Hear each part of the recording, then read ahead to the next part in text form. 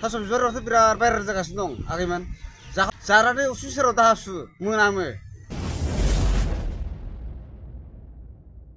लोगोफोर नोंथांमोनखौ बिब्रह्म blog YouTube चेनेलाव फिन खनसे बरायहरनाय थाबाय लोगोफोर।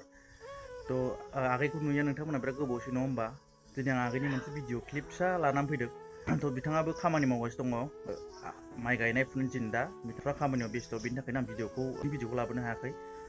स' नोंथांमोना बे भिडिअ फिसा क्लिप मोनसे दहाय लोगो हमनानै लानाय दङ, बेखौनो नायनानै इन्टारेस्ट खालामबानो जाबाय। थ' बिदिब्ला भिडिअखौ आगैनिखौ नायबानो जाबाय। आगैमोन देहाखौबो लाखिनांगौ, आलि खोबाय गिलु फालु जावबाय सान्दुं गोसायाव ना फांखासजों थास' बिबारजों एखे जासावसै आगैमोन, एसे बुसावसै, एसे देहाखौ गोरा खालामफिनसैलाय।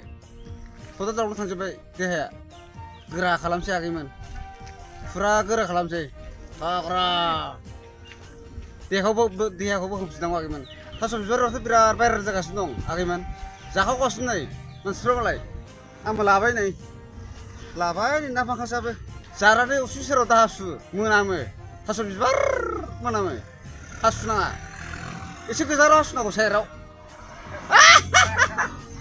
लोगोसे लाइक, कमेन्ट, शेयार आरो साबस्क्राइब खालामनो दाबाव।